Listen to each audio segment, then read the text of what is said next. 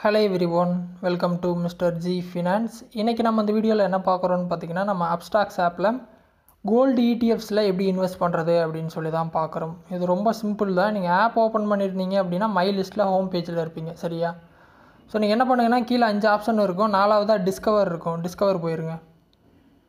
So discover போயிட்டீங்க அப்படின்னா மேலே ஒரு 8 ஆப்ஷன் இருக்கும். அதில் பார்த்தீங்கன்னா உங்களுக்கு இடிஎஃப்ஸ் கொடுத்துருக்க மாட்டாங்க. நீங்கள் மோர் அப்படிங்கிற லாஸ்ட் பட்டனை கிளிக் பண்ணிங்க அப்படின்னா புது பேஜ் இந்த மாதிரி ஓப்பன் ஆகும். இதில் பார்த்தீங்கன்னா டைவர்சிஃபை யுவர் போர்ட்ஃபோலியோன்னு கொடுத்துட்டு FD, gold, IPO, NCD and பாண்ட்ஸ்னு இருக்கும். அதில் கோல்டு அப்படிங்கிற 2வது ஆப்ஷனை கொடுத்தீங்க அப்படின்னா உங்களுக்கு கோல்டு இன்வெஸ்ட் பண்ணுறதுக்கான பேஜ் வந்துடும். இதில் 2 ஆப்ஷன் நீங்கள் பண்ணலாம். ஆக்சுவலாக 3 ஆப்ஷன்.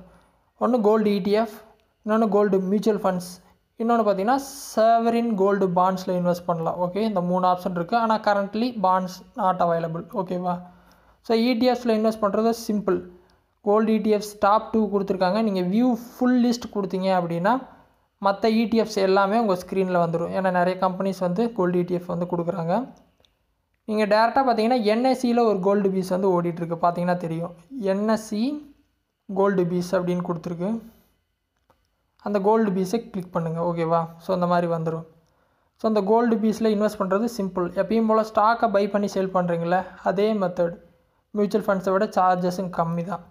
ஓகே, பை பண்ணணும் அப்படின்னா டேரெக்டாக எப்பயும் போல் பை தான். பை கொடுப்பீங்க, ரெகுலரில் வச்சுட்டு டெலிவரி கொடுத்துக்கணும். ஏன்னா ப்ராடக்ட் வந்து இன்ட்ராடேயில் கொடுக்கக்கூடாது, டெலிவரியில் கொடுத்துருங்க. கொடுத்துட்டு எவ்வளோ குவான்டிட்டி, ஸோ கோல்டில் எவ்வளோ உங்களால் இப்போ இன்வெஸ்ட் பண்ண முடியும்னு பாருங்கள்.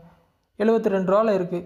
உங்கள்கிட்ட எவ்வளோ அமௌண்ட் இருக்கோ அதுக்கு எத்தனை குவான்டிட்டி வருதுன்னு பார்த்துட்டு அந்த குவான்டிட்டி அடிங்க. 100 குவான்டிட்டினா 100 குவான்டிட்டி அடிச்சிங்க அப்படின்னா 7600 ரிவ்யூ பை ஆர்டர் கொடுத்துட்டு சப்மிட் ஆர்டர் கொடுத்தீங்கன்னா பை ஆயிரும். ஸோ பார்த்தீங்கன்னா சார்ஜஸ் வந்து 32 ரூபா கிட்ட வருது. எல்லாம் பார்த்துட்டு சப்மிட் ஆர்டர் கொடுத்தீங்க அப்படின்னா ஆர்டர் ப்ளேஸ் ஆகி உங்களுக்கு பை ஆயிரும்.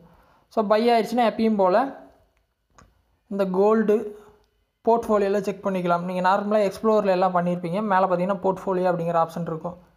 இதில் வந்துட்டு இங்கே நீங்கள் செக் பண்ணிக்கலாம். ஓகேவா? உங்கள் இன்வெஸ்ட்மெண்ட்ஸு. ஓகே, ஸோ ரொம்ப சிம்பிள் தான் இடிஎஃப்ஸ் வந்து பை பண்ணுறது அப்ஸ்டாக்ஸ் ஆப்பில். ட்ரை பண்ணுங்கள். டவுட் இருந்தால் வீடியோ கமெண்ட்ஸில் சொல்லுங்கள். வேறு எதுவும் டாபிக்ஸில் வீடியோ வேணும்னாலும் கமெண்ட்ஸில் சொல்லுங்கள், நான் போஸ்ட் பண்ணுறேன். ஃபஸ்ட் டைம் சேனல் வந்திருந்தால் சப்ஸ்கிரைப் பண்ணி சப்போர்ட் பண்ணுங்கள். இன்னொரு யூஸ்ஃபுல்லான வீடியோவில் உங்களை நாளைக்கு சந்திக்கிறேன். நன்றி, வணக்கம்.